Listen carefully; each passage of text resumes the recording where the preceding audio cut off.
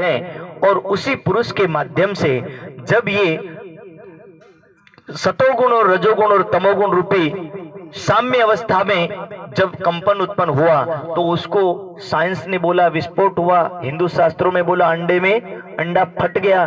पर ये विस्फोट होना यानी, जैसे एक उदाहरण समझाता हूं आपको।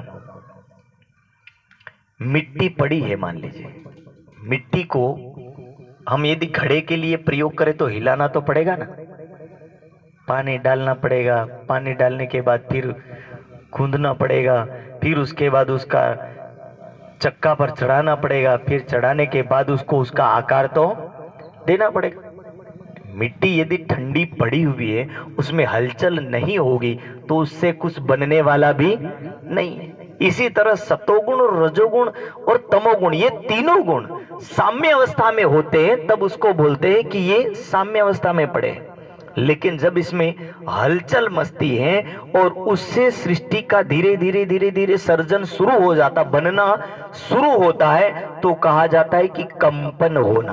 और कंपन को शास्त्रों के भाषा में फूटना, साइंस की भाषा में इंग्लिश शब्द विस्फोट, और आम दर्शन की भाषा में इसको कंपन होना, क्षोभ होना लिखा है। तो ये सारी चीजें उसके ऊपर डिपेंड करती हैं कि ये तीनों गुण और 5 तत्व जब मिल जाते हैं तो इनसे ये सृष्टि दिखने लगती है।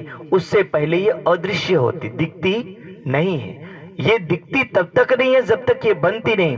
तो इसी तरह ये ब्रह्मांड का सर्जन हुआ और सर्जन हुआ, और सर्जन होने के बाद जब सांकल्पिक सृष्टि उत्पन्न हुई, कई बार व्यक्ति अलग अलग कहानी समझाता है। कोई बोलता अपने पहला बंदर थे, बंदर से फिर धीरे धीरे हमारी पूंछड़ी घिस गई, तो फिर धीरे धीरे हम मनुष्य रह गए, इसीलिए बोले हमारे बाल अभी तक दिखते हैं। अरे भाई, यदि बंदर से मनुष्य बन जाते तो ये जो आज कूद रहे बंदर, ये क्यों नहीं बनते? ये तो नहीं बनते, ये वैसे के वैसे जन्म लेते और वैसे के वैसे मर जाते। इनके बनने और उसमें मरने में ये कभी भी बीच का ऐसा कोई टाइम नहीं आता जो ये कभी इंसान बने हो। इसलिए बंदर से मनुष्य नहीं बने, ये एक पक्षी है, लेकिन मनुष्य सांकल्पिक सृष्टि से बना, ये बात सही है। संकल्प से सारी सृष्टि के जितने प्राणी, पशु, पक्षी, मानव जो भी बना वो सांकल्पिक सृष्टि के माध्यम से बने, किसी बंदर से घिस करके हम नहीं आए।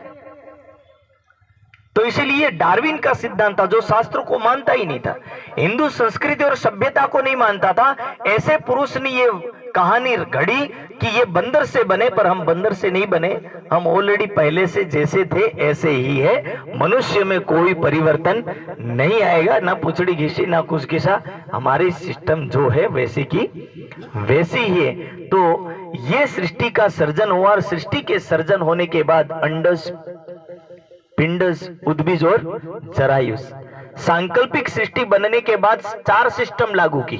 4 सिस्टम में क्या बोले, कुछ अंडे से उत्पन्न होंगे, कुछ गर्भथैली से होंगे, और कुछ बीज से होंगे, और कुछ ना बीज से, ना अंडे से, ना जरायुस, इन तीनों से नहीं होंगे, बोले कुछ स्वतः भी होंगे।